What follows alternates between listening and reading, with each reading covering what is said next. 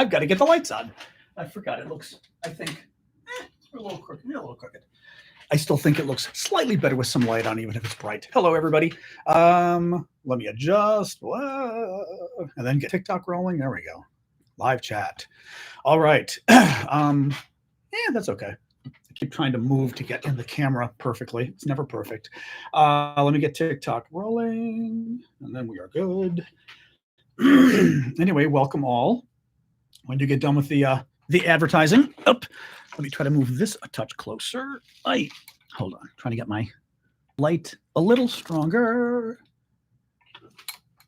It's probably good enough. All right. Hey, y'all. Amanda in Calgary. Hold on. TikTok's got lots of new gifts, actually, which is kind of cool. So I'm trying to sort of see what the new gifts are. It's about time. They did them all at once, though. I wish they would do them more often, more often. But coffee magic. Oh, that sounds fun, doesn't it? Coffee magic sounds fun. Naughty chicken? I think we may have to go with naughty chicken. All right, we're going with naughty chicken. That sounds even more fun than coffee magic. All right. Confirm. All right, go live. Here we go. Hey, Marion. Now look at you being on time again. I'm used to you checking in at night and stuff. You knew. All right, mirror my video. There we go. All right. Woo! Welcome, everybody. Oh, all right.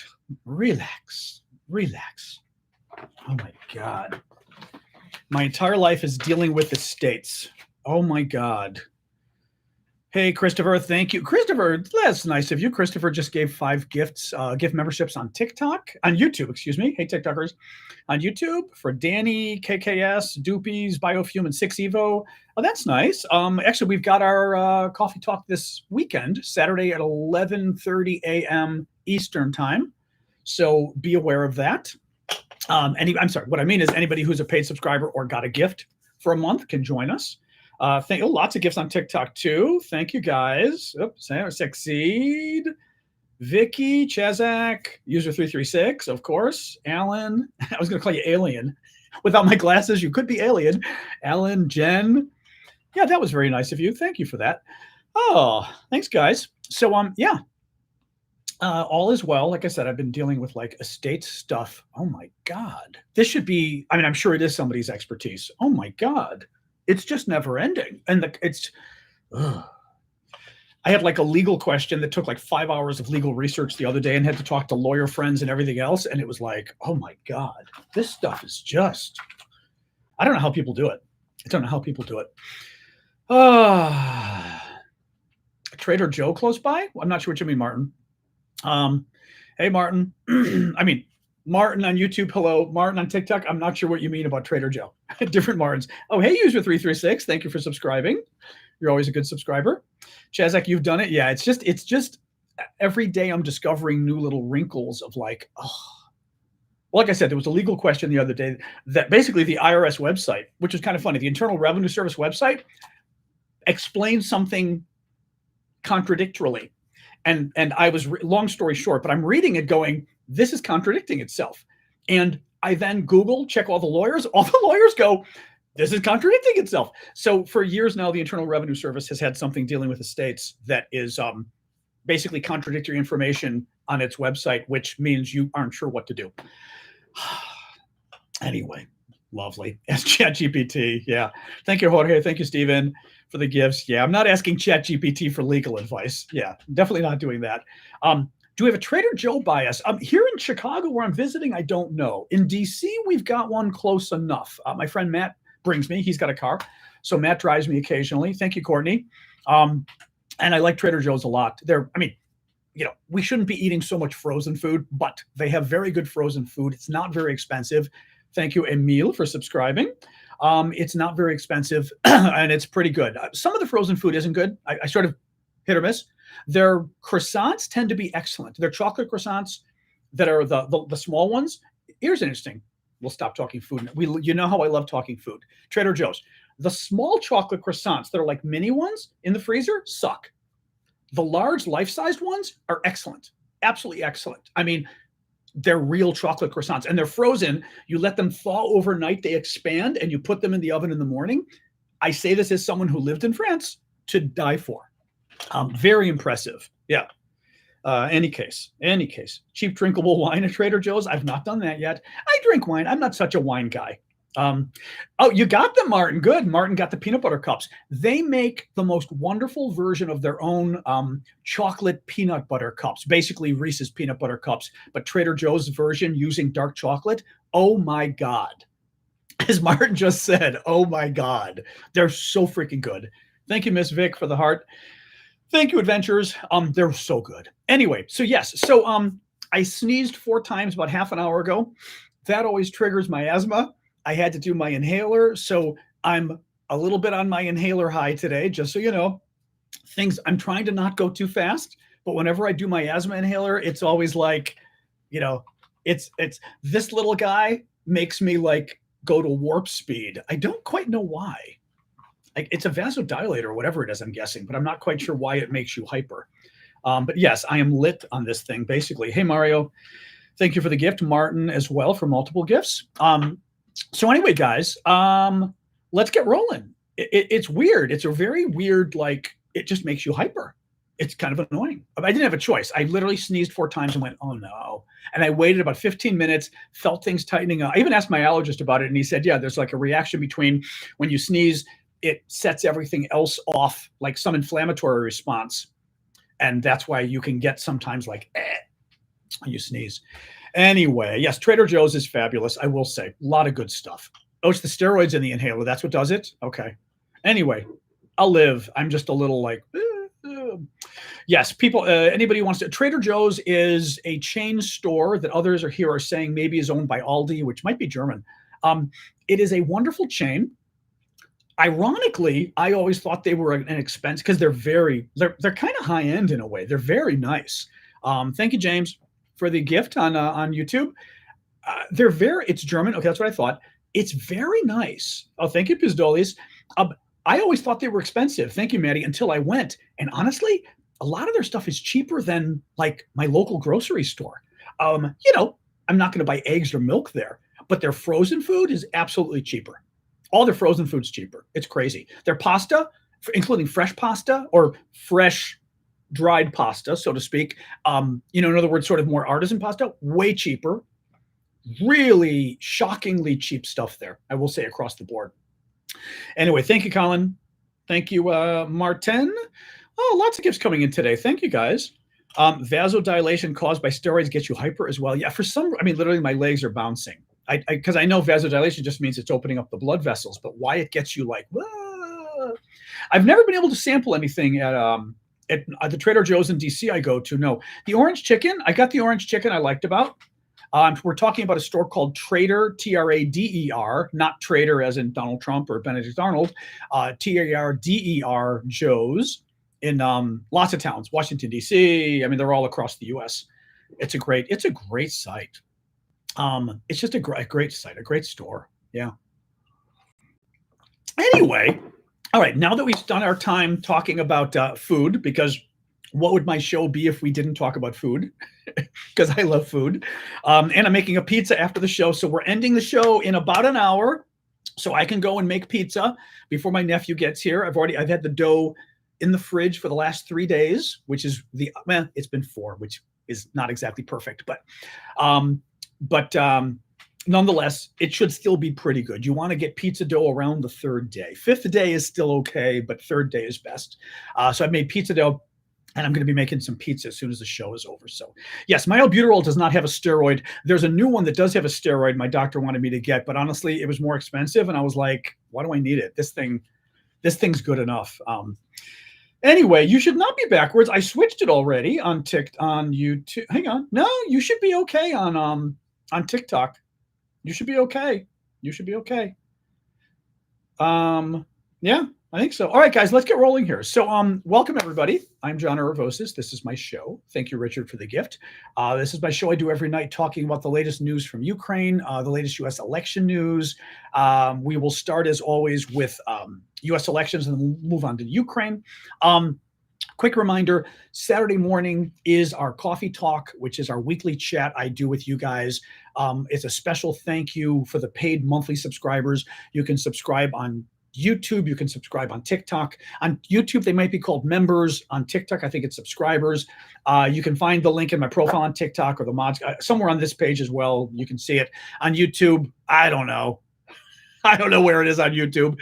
Maybe some of the mods could say, I have no, or some of the people who have subscribed could say, I have no idea where you subscribe or become a member. But I do a special show Saturday morning at this Saturday, 11:30 a.m. Central U.S. time. So that's 10:30 a.m. Chicago time where I am, in order to just sort of hang out with you guys. It's much more informal. We just talk. We can talk about food. We can talk about whatever, but it's a chance for us all just kind of just hang out, and you can ask me questions or whatever. It's just a much more smaller group, more personal group, and just my way of saying thank you. So thank you. Flower Lady, thank you for the gift. Also, somebody just subscribed. Joyce did. Thank you, Joyce, for subscribing. I know the angle I've got today, for whatever reason, is showing the spiral. We have a very nice spiral staircase at Mom's house. Anybody want to buy Mom's house? But we've got a very nice spiral staircase, which is pretty cool. Yeah, it's a neat house. I mean, I grew up here for 50 years, so it's a neat house. All right, let's get rolling, guys. Thank you, John S., for the gift. Hey, Pete in London.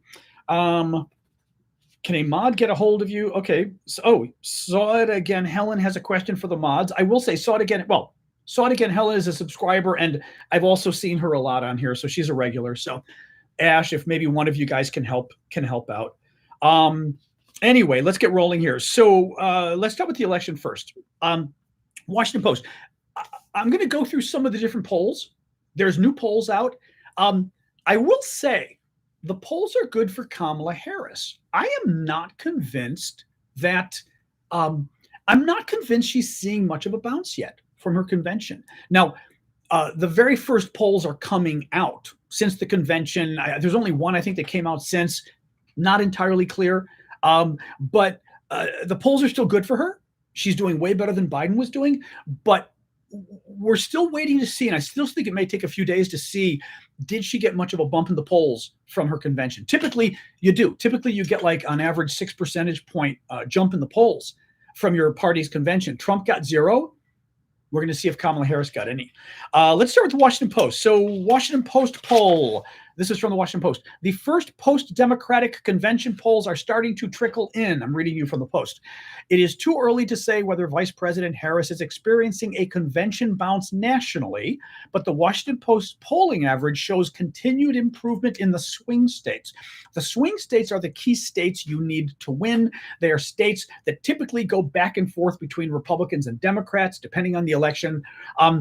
I won't go through my typical spiel, but just to remind you guys, in America, you win the presidential election not by winning the national vote.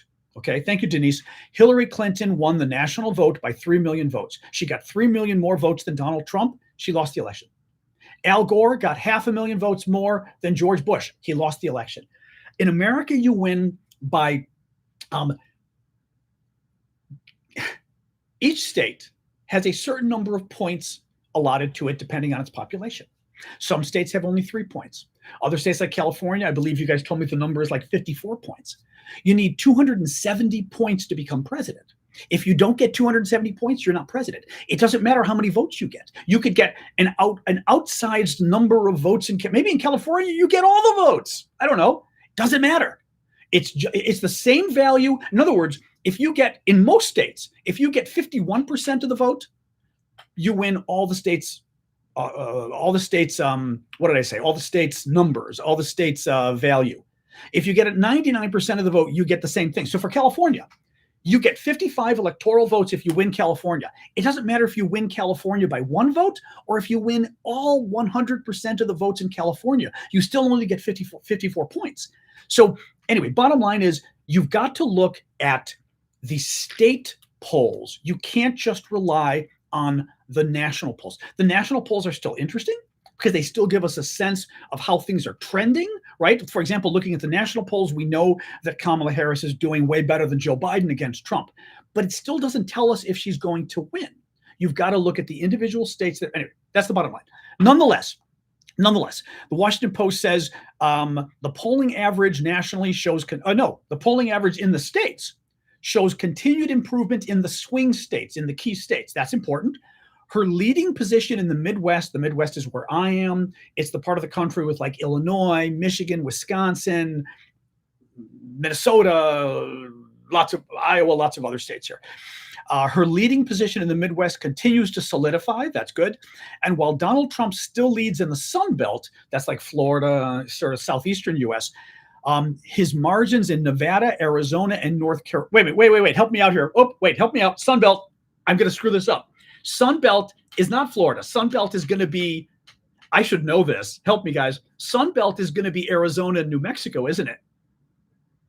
Help me out. I'm screwing this up, and I knew it the second I said Sun Belt. I've never quite understood the term Sun Belt. So one of you knows. So it's going to be Southwest, right? The Sun Belt. Like basically New Mexico, Arizona, that whole area, right? Nevada. Because basically where it's hotter than hell. Or is it Florida? Is it Florida? Okay, you know what? Somebody Google it for me. Somebody Google, and we'll come back because you guys are disagreeing with each other's. Somebody Google, get me the answer. Is this okay? Still not seeing. Google says it stretches from Florida to California.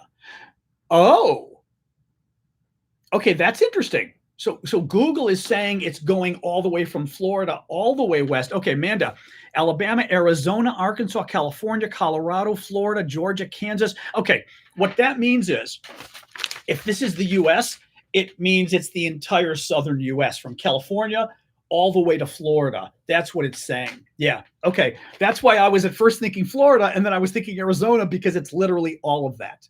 So the entire South, the only problem is when you say the entire South of the U.S., the South, ironically in America, the South means the Southeast.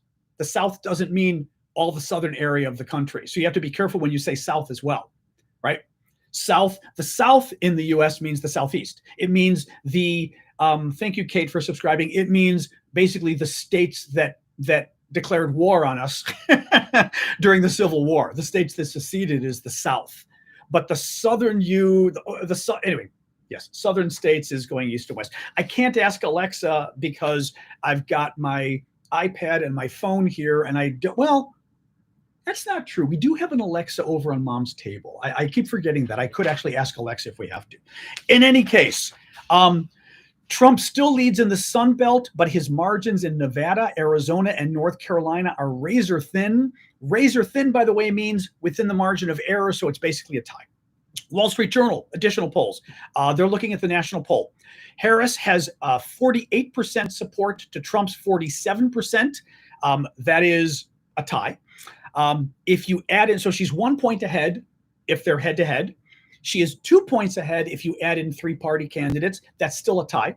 I say it's a tie because polls typically have a margin of error. The margin of error can be, in this case, the margin of error is 2.5 percentage points. So meaning 2.5 percentage points up, 2.5 percentage points down. So if they say she's at 42, she could be at 44.5. She could be at 39.5, right? There's always a margin of error. So basically what we're seeing is she and Trump are tied in many of the national polls and in many of these swing state polls as well. A little bit more here. The poll marked the first time, this is Wall Street Journal, though, this is interesting. The poll marked the first time that the Democratic candidate led Trump head-to-head in any Wall Street Journal survey dating to April of last year. So what's interesting about this is, you know, consistently looking at the same poll, if you look at the Wall Street Journal's poll, you go all the way back to April of last year. So that's, 15 months ago, 16 months ago, and Trump was ahead the whole time. This is the first time that the Democrat is ahead. That, again, it shows a shift from her taking over from Biden. The question is whether it shows an ongoing shift and enough of a shift for her to win, but it's certainly better than Biden had done. Trump holds an 8-point advantage over Harris when voters are asked who would best handle the economy. He holds a 5-point lead on handling inflation, but last year Trump led Biden by 20 points on both issues. So Trump is ahead by 8 points on handling the economy, 5 points on handling inflation, but he beat Biden by 20 points on those issues. So again, much better for Harris, but she's still got room, to improve, right? Fox News poll, same thing, national poll. April, this is interesting, Fox News poll. April poll of Fox News, showed Trump beating Biden 51-45. Trump was beating Biden by 6 points. The new poll from Fox News, and Fox News is the conservative, basically Republican TV network, shows that Harris is beating Trump by 2 points. So you've gone from Trump being ahead by 6 to Harris being ahead by 2. That's an 8-point shift. That's huge from Biden leaving the race. Also huge because it's Fox News. They're a Republican news outlet. So typically their poll is going to be a little more skewed to Republicans, right? That's good for her. Again, that is within the margin of error. So it does not mean she's winning. It actually means she's tied, right? Which is what I've been saying all along. I think she is tied. Let's look a little more at the swing state poll. So Emerson College is a very respected polling outlet. They looked at a number of the swing states or the battleground states. Now, this may get a little esoteric for you guys abroad, but for Americans, we care because, as I said, you need to win specific numbers of states in order to win the election. You can't just win the national vote. National vote isn't enough. So you look at the swing states, the battleground states. They're key states that often go back and forth. Sometimes Republicans win them, sometimes Democrats win them. So they're the states that are the most important for both Trump and Harris to win, right?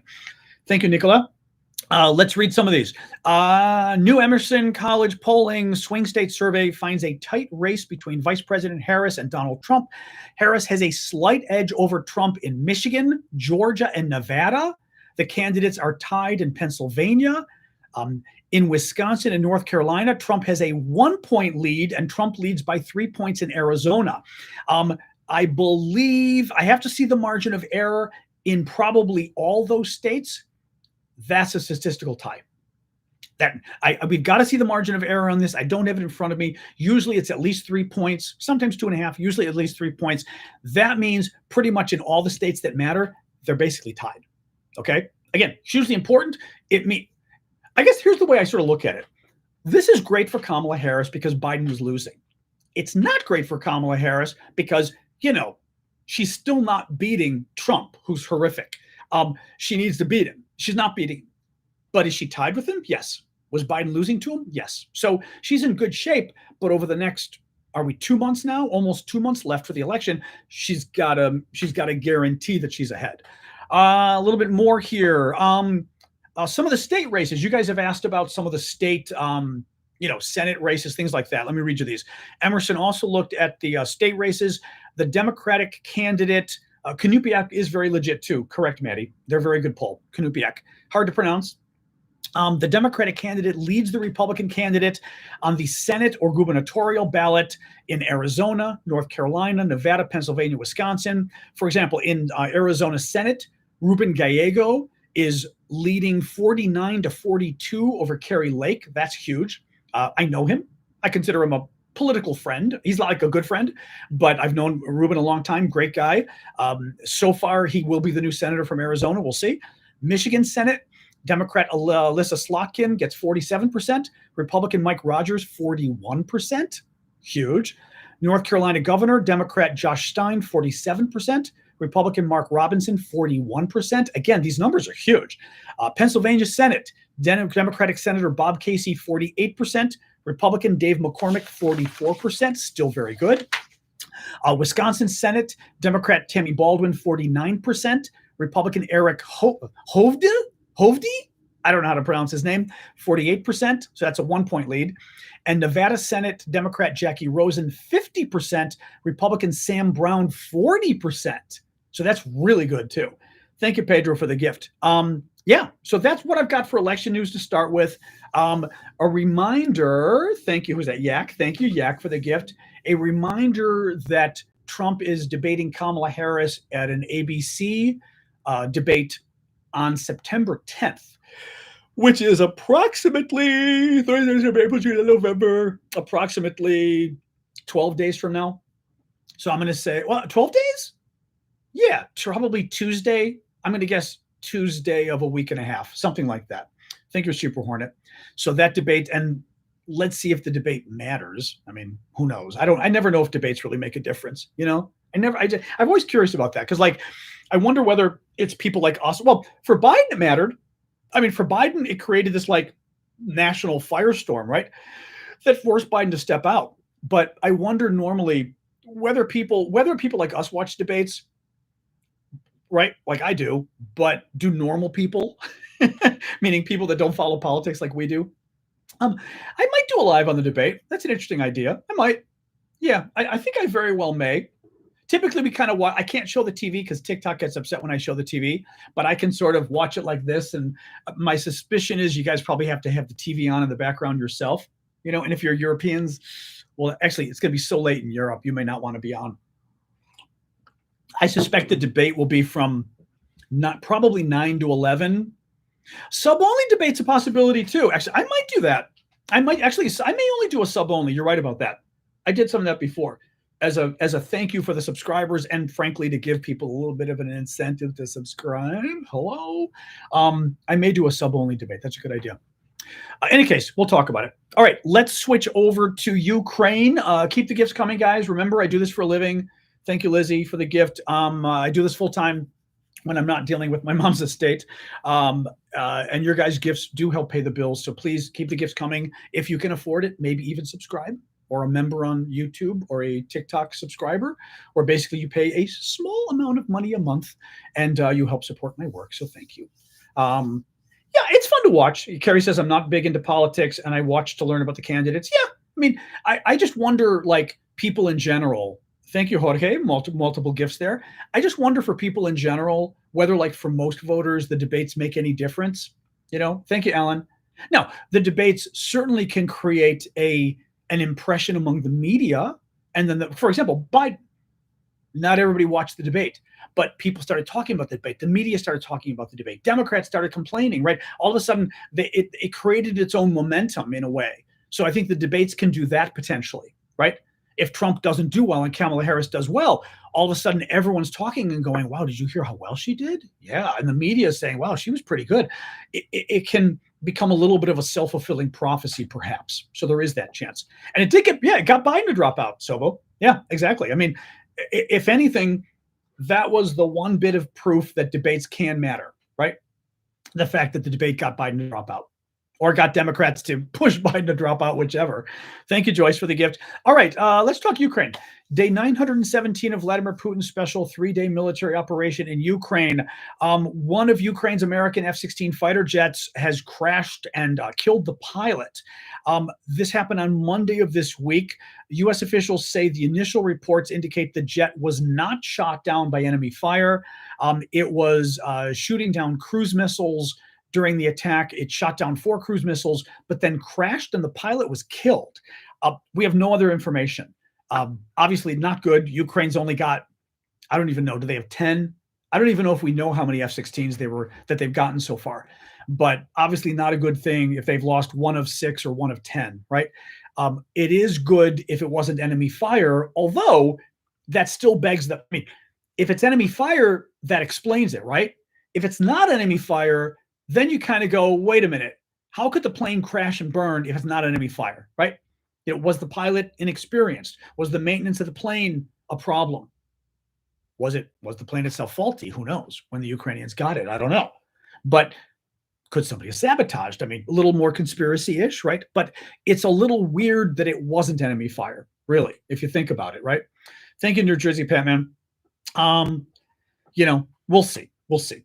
And that's actually, Eric makes an excellent point. The loss of the pilot is worse. That's actually a good point. You're right. Because what has been constricting Ukraine in terms of its use of the F-16 is having enough pilots, right? And the Americans keep saying, well, we only have so much room to train you, which is kind of bullshit, to be honest. Losing a pilot puts them in an even worse situation as far as being able to use more planes because now they've lost one of the guys they've been training for a year. Thank you, Liv. Appreciate the gift. Yeah, I mean, there's lots of things that could be pilot error, obviously. Is that the latest thinking they're saying? User 829 is saying they think it was pilot error. I was reading the Wall Street Journal, and that's where they said U.S. officials have not yet, do not think it was shot down, but they weren't giving any further speculation, basically. So, yeah, that's bad. That's too bad if it was pilot error. I mean, and again, these guys are experienced pilots, but they are new on the F-16s, and, they're powerful planes, No, that's very bad. That's very bad. Thank you, Jay Shay. Pokrovsk. So we've talked about that. And of course, my allergies are going to now start going again. Pokrovsk. We've been talking all week about a Ukrainian town in the east that the Russians are trying to capture. It is a very important town strategically. Ukraine's military chief said today the fighting is exceptionally brutal.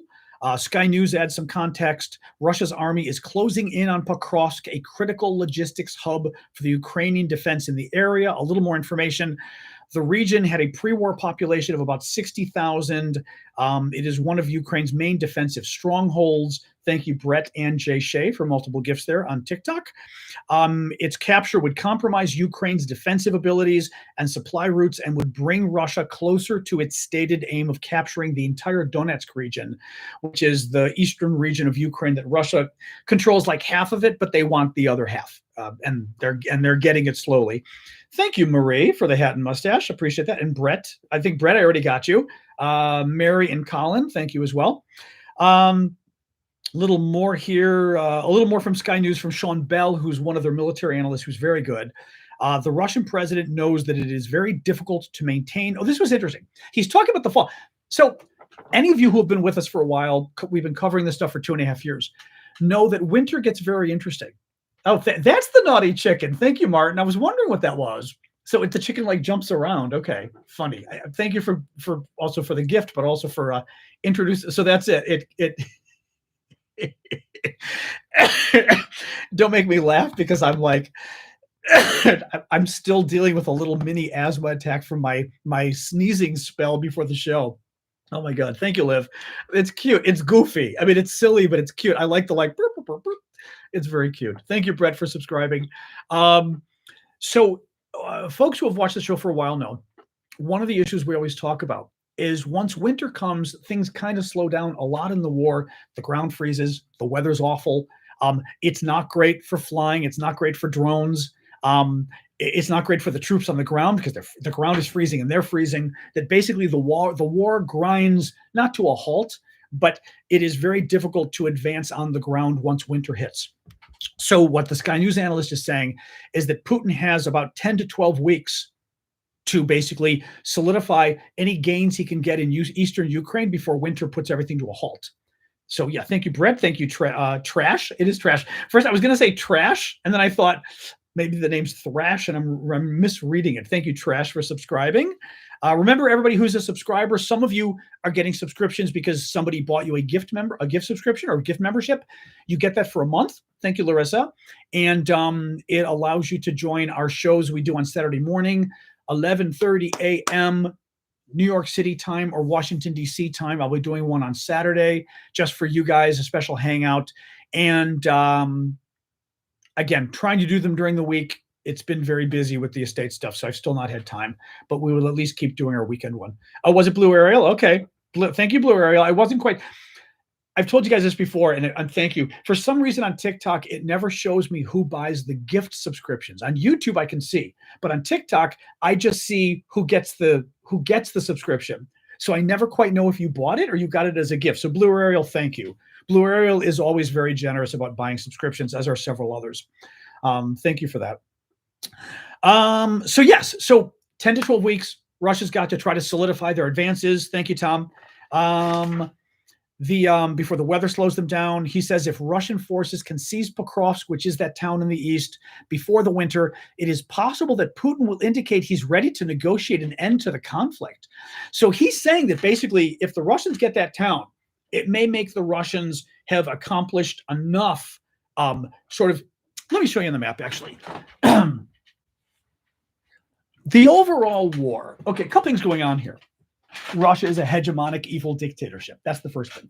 Secondly, the Russians don't think Ukraine is a real country. They think Ukraine is Russia, and literally they've said this. The Ukrainians are deluded and have no idea that they're actually Russians. They just think they're Ukrainians. Like, sure, Boris. Okay, whatever. In 2014, Russia invades and takes Crimea. Very important, huge port here, Sevastopol. Very important naval port. Then 2.5 years ago, Russia reinvades and takes the rest of this. They take all of this area. Why did they do this? Because this is Russia here, okay, and down here. Russia stole Crimea from Ukraine. Russia could access it by sea, but they couldn't access it by land. Russia wanted to steal the land here, so they now are claiming all of this is Russia, they're claiming, and they now have a land bridge to get all the way to Crimea and back. So Russia, very important to occupy this land in order to further their control over Crimea. It's just, they're hegemonic dictators. I mean, but nonetheless, I think it's interesting they're talking about negotiating because Ukraine is still controlling part of Russia.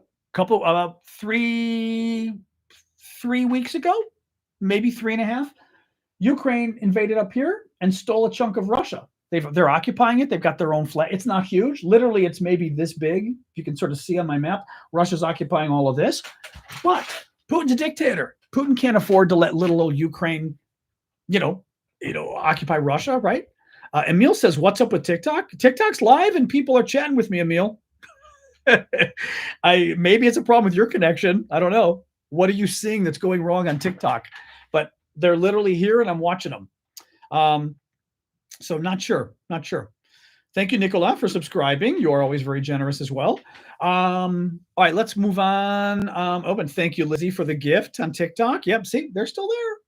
If something's weird on your end, you may want to close TikTok and start it again. Sometimes people find that fixes stuff. It's okay. It's good to know because honestly, sometimes stuff is broken and I don't know, and people go, it's frozen. We haven't had TikTok freezing in a long time, but we used to have that happen. Thank you, April, for the gift. A little more news. Russian troops. This was interesting. Russian troops reportedly left Burkina Faso in Africa due to the Kursk incursion. Basically, the Russians are bringing some troops, according to Le Monde in France, the Russians are bringing some of their troops back from Africa in order to fight to get their land back in Kursk, which is the land the Ukrainians stole by invading Russia. So that's good. I mean, it's a sign that the Russians are worried. It's a sign they don't have enough troops. So anyway, that's good. Thank you, Jen, for the gift. Lots of buffering. Yeah. I mean, I think that's just the problem of the internet at Mom's house, unfortunately. I could always go to the kitchen at some point. I just didn't want to take over the kitchen if my nephew's coming in and trying to cook and stuff. The connection probably is better in the kitchen. It's homier. You'll get to see Mom's kitchen, but if it keeps being a problem, I could always move over there. All right, good. For the rest of you, it's not going slow. That's good. A little more here. A Belarusian fighter jet attempted to down a Russian kamikaze drone that flew into Belarusian airspace recently. This is the first time the Belarusians have actually tried to shoot down a Russian drone. It's just sort of interesting. It's kind of embarrassing. Belarus is a dictatorship, evil communist dictatorship. Good friends with Putin, has helped him in the war. Kind of funny that one of their Russian drones went there and the Belarusians had to shoot it down. It's just kind of funny. Thank you, Jeremy. The Belarusians are still building up troops along the Ukrainian border. Just to show you on the handy dandy t-shirt map. Thank you, Jeremy, again. Russia's over here. Belarus is over here. We want to be careful because there's a hidden pin up there, I learned. But Belarus is basically over here. Russia is here. The main fighting is here. The Ukrainians are worried because the Belarusians keep adding more troops here, worried about a potential Belarusian invasion.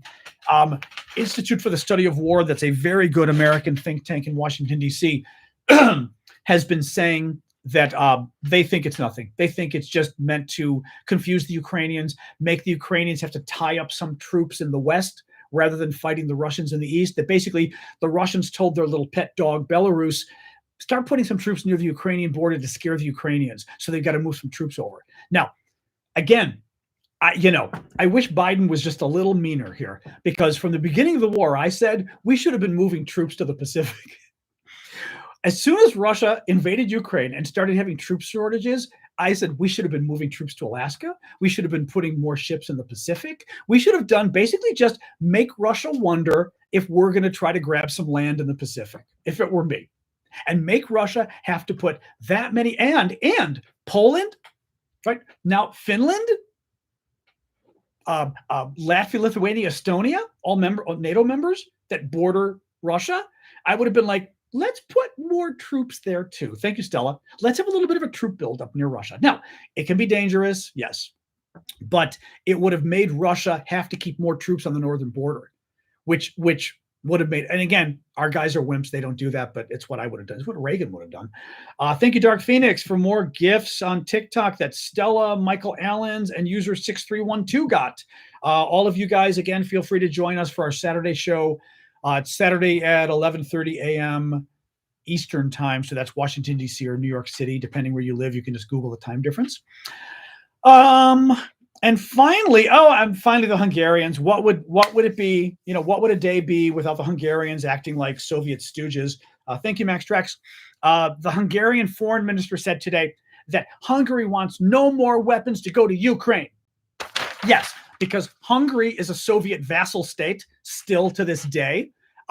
They basically, I'm sorry, your country's, I'm sure you're nice people. Your government sucks and you elected them twice. It's like Donald Trump. You elect the guy again, you're responsible. If Americans elect Donald Trump again, Americans are to blame for Donald Trump. You guys elected the guy again. He's a wannabe dictator. He's an autocrat. He's anti-democratic. He doesn't believe in democracy. He believes in our enemies. He sides with the Russians, right? He hates NATO. He hates Europe. And what really kind of pisses me off about it, and I'm sorry, but this is something I say about the Hungarians, but it's necessary. Thank you, Brett. You guys were occupied by the freaking Soviets for 45 years. You had a communist dictatorship because of those bastards. They killed your citizens. They invaded and killed your citizens. And now you turn around and basically you suck up to the people that killed you all those years and imprisoned you all those years. And you basically act like you want it back. Like that's the kind of government you want, is this anti-democratic authoritarian government linked up with the very people who held you under their boot for almost 50 years and literally murdered you people. And you're okay with that. You know what? That's not just your government's fault because you're a democracy. That's your fault. That's the Hungarians' fault. And again, in a democracy, in Russia, we can play games like who's to blame, right? Can they really stand up this kind of right against their government? But in democracies, you had a choice and you elected the wannabe dictator who basically wishes he was a Soviet stooge, right? So, But yeah, so the Hungarians are siding with the Russians again. They don't want any more weapons to go to Ukraine because basically they want Russia to win because they're stooges of Russia. Basically, that's it. Yeah. Thank you, Jonathan. No, it really pisses me off because Eastern Europeans especially, there's a special place to paraphrase Madeleine Albright, there's a special place in hell for Eastern Europeans who suck up to the Russians. And Slovakia is in the same situation. Special place in hell there. If you're Eastern European and you suck up to the Russians when they literally murdered your people and imprisoned you for 45 years. If you go and suck up to the guy who imprisoned you for 45 years, you got some serious psychological problems. So thank you, Brett, for that. All right. That is it for the news. We got 15 minutes to hang and chat before I've got to go make pizza. Thank you, Brett, for the next gift there. They do need to be booted. They should be booted from the EU and NATO. Absolutely. Absolutely. Thank you, Lamb Chop. Thank you, Christian, as well for the gifts. They should just kick them out. Literally, if it were me, I would have literally said, you know what? If you don't want to be in NATO, leave. If you don't want the United States, France, the UK, right? Germany, Norway, we could go on Poland defending you, and you'd rather have Libya, North Korea, Venezuela, and Cuba, and Syria defend you instead, you go for it, right? You don't want to be part of the EU? Be my guest, right? You'd rather import baklava from Syria and whatever the hell Venezuela, Venezuela has oil, but whatever the hell Venezuela has, I guess, hard liquor, like all the, what's that? The same liquor that everybody has. That's like grappa, basically. But, that kind of, I forget what it's called, like arak. Like, okay. But you really want to associate yourselves with all of these basically, as Donald Trump would call them, S-hole countries? Economically, that's what you want to tie yourselves to? Be my guest, is what I would say to Hungary. I would be like, be my freaking, and Turkey, the same thing, right? Turkey, you want to go and join Russia? You do that. And you see what happens, because now what happens, Turkey? You're no longer in NATO. And you're occupying a NATO. Well, you're not occupying maybe not a NATO country with Cyprus, but Turkey's been again threatening war with Greece lately. They're playing some games with that.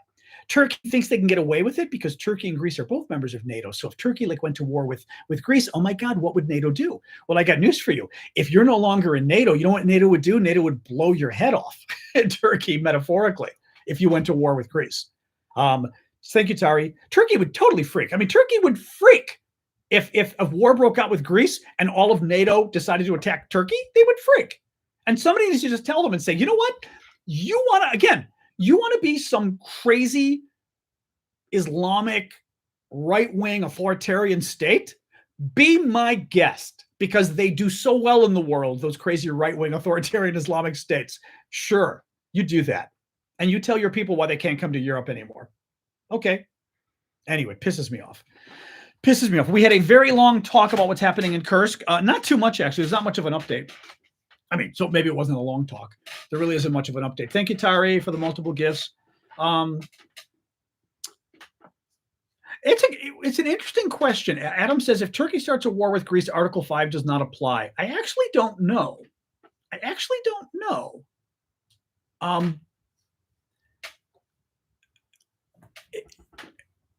Let's Google this, because I don't know what the NATO charter says about who has to attack you.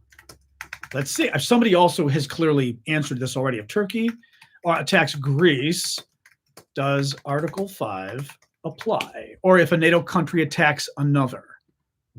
Let's see. I mean, it's a Quora discussion, but take it with a grain of salt, but still interesting. That really doesn't answer the question. I love when people then weigh in and don't answer the question. That wasn't their question. The question was, would it trigger Article 5? Oh my God, a lot of people not quite answering the question.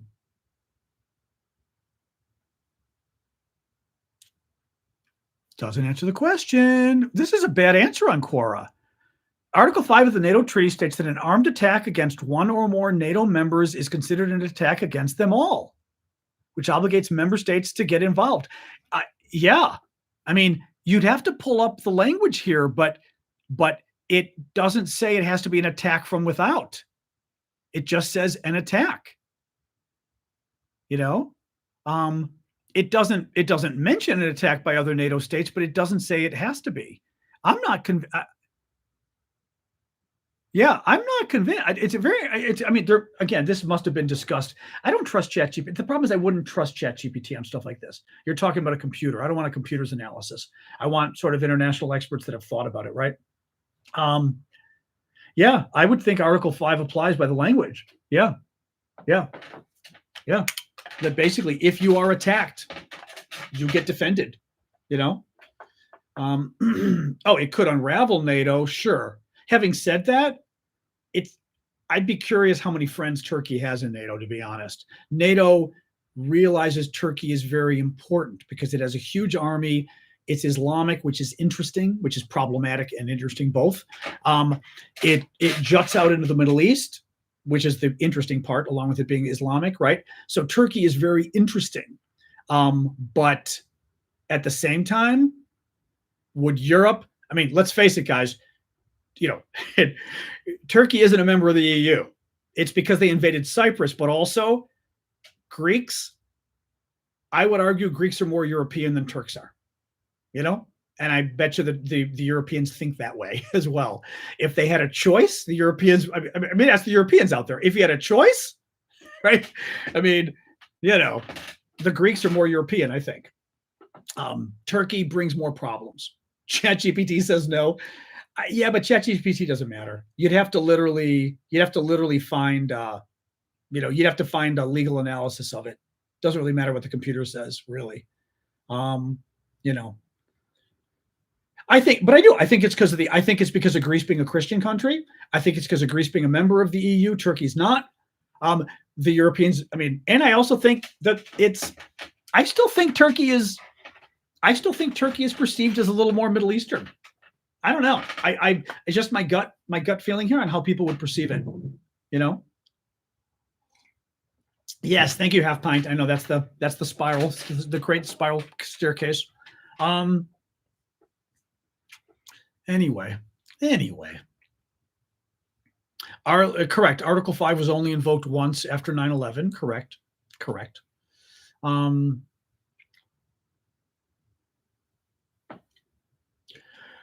Oh boy. Anyway. What else, guys? Your friends from Turkey say don't travel there if you're American. Why? Why, all the crazy Middle Eastern stuff? Americans do like to visit Turkey, you know, but the Muslim thing doesn't help it as far as I think the connections with Europe. um, I'm in Chicago, another month at least. We'll see. It depends. Could be longer.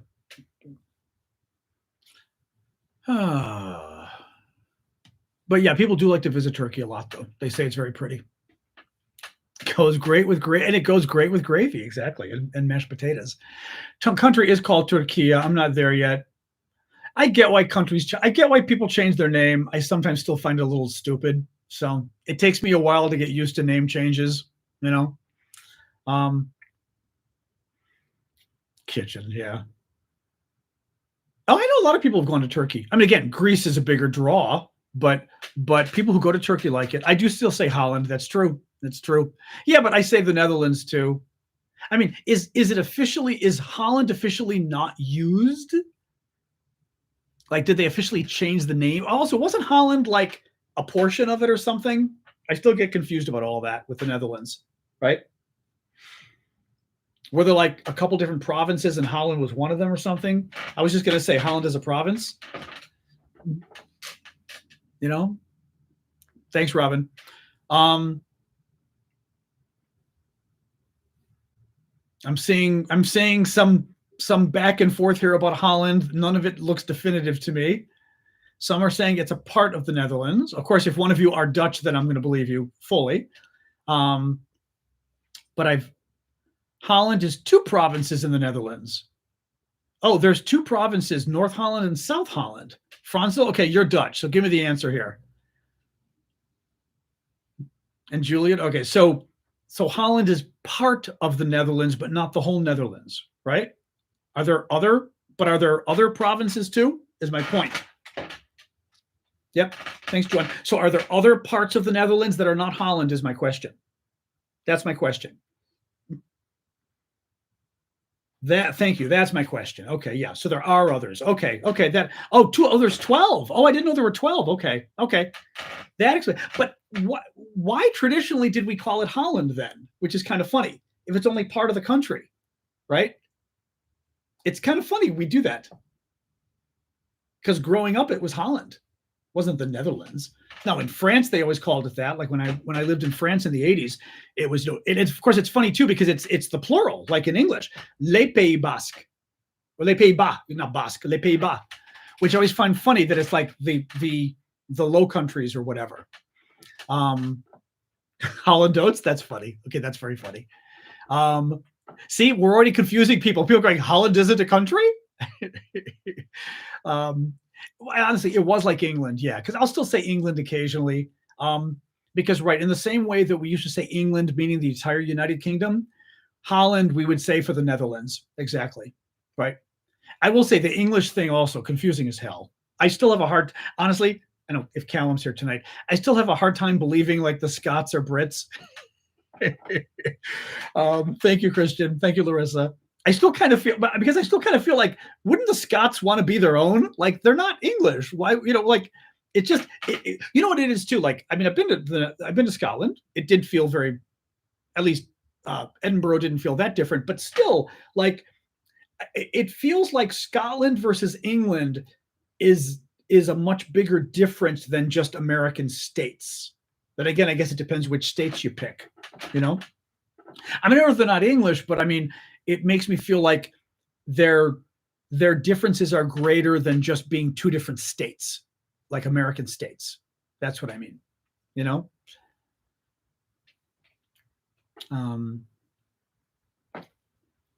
What if Ukraine decides to invade Kaliningrad? I kind of thought about that. It'd be kind of fun if Ukraine did invade Kaliningrad. Wouldn't that be funny? Would that not be hilarious? I just think that would be the funniest damn thing. Like a secret, it's like the mouse that roared or whatever. You're like a little secret team goes over and just invades. Oh, there's the chicken again. Thank you, Big Hog, for that. Appreciate that. But yes, I know the Scots are British. Yes, I do know that. Wales, Northern Ireland confuses me as well. I speak 5 languages-ish. They used to all be fluent, not anymore. Still pretty good. My French and Spanish are fluent. My Italian is rusty. My Greek is very rusty. Can still do okay, but rusty. And my English is great. Meerkat. Thank you, NAR, for the Meerkat. Appreciate that. Netherlands used to be a loose confederation. Maybe that's why it's referred to as like the Low Countries, like a confederation of countries. Interesting. Yeah, the Meerkat is a cute one, isn't it? Yeah. Amsterdam is why we call it Holland. I guess it's just, but I grew up, and I still occasionally call it Holland because that's like what we call it, the Netherlands. Also, the Netherlands is kind of hard to say, right? Holland, the Netherlands. It's not a particularly melodic thing to pronounce. Thank you, Kate Cookie, for subscribing. The Netherlands. I just, for my knowledge of English, it feels a bit thicker on the tongue to say. Thank you, Nicole, for the gift. Why are the F-16s not hitting the Russian front lines? Probably because they'd get blown up, is my guess. I mean, thank you, Saint Swan, for the gift. Or no, not Saint Swan. Oh, Swan. Oh, Swan is the one who sent the gift. Thank you, Swan, for sending the gift. Yeah, I mean, my suspicion, you'd have to ask the military folks here. My suspicion is the Ukrainians don't have enough F-16s. They don't have enough support for the F-16s. There's too many Russian anti-aircraft missiles and everything on the ground. Like, it's too dangerous for them to get all the way to the front lines, would be my guess. And in about a minute, I'm going to make pizza, guys. So I'm just warning you, we've got about a minute left here. I'm making pizza tonight. Made the dough. It's been sitting too many days. The dough should sit about 3 days in the fridge. It's been sitting 5, which is pushing it, but we'll survive. I'm from Holland. Is that weird? Anyway, yes, whoever gifted Kate for the subscription, thank you for that. We're going very simple. We're just doing tomato and mozzarella. But thanks, Marion. Thank you, Jay Shea. Thank you, Luis, for the gifts. But yeah, we're going simple. We were going to get stuff, but we decided to keep it simple tonight. So should still be good anyway. I mean, it's good. I've made it before. It's a good recipe. It's a good crust recipe and very simple pizza recipe. Tomato sauce, tomato paste, little oregano, maybe a little onion powder, a little sugar. Not really anything else. I want to keep it very simple. Very sort of traditional. I mean, I think it's also just a very traditional pizza topping, really. Goat cheese sounds kind of fun. Actually, I mean, I have prosciutto I can put on afterwards. That I may do. Actually, that's not a terrible idea. Thank you, Jason. I may put my prosciutto on afterwards because prosciutto you can't really put on in the oven or it cooks into ham and blah. But I may do a little of that to add some flavor. The goat cheese is actually, goat cheese was a really good idea. I should have bought some goat cheese just to add like a nice, an interesting sort of spice to it. You know what I mean? Anyway. All right, guys. I think we're at 6. So arugula. Don't push your luck. The day I put a vegetable on a pizza is the day I die. We did not slide down the banister. No, but what we would do is I used to slide my jacket down the banister of the stairway behind me. And I would, like my winter coat, just to make it easy, I would hang it on the top of the banister, and it would go, boom, and it would slide all the way, like arms hanging on each side. It would slide all the way down. And it was just, I did that I still do it to this day. It was just kind of fun to watch it go, whoosh. So it was quite fun. Yep, user 829, not sure who gifted you the subscription. They ought to do that, by the way. They do ought to, no, tonight I'm making pizza, so we can't do Discord Sobo, maybe tomorrow.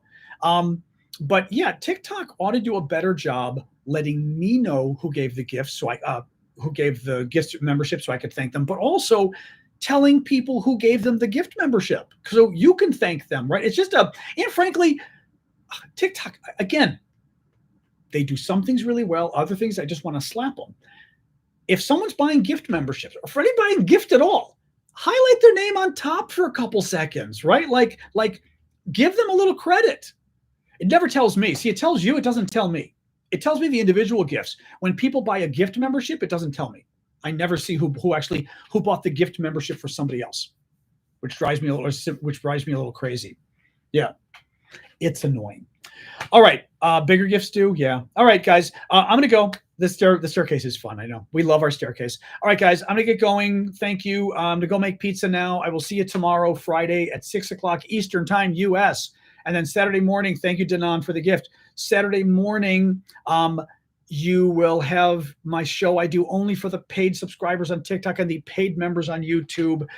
Saturday morning, 11:30 a.m. Eastern Time, U.S. Join us, 10:30 a.m. Chicago time, and we hang out. We talk for about an hour. It's nice. Vlad joins us sometimes. Last week, I don't remember. I don't think Vlad joined us last week. I'll mention to him again.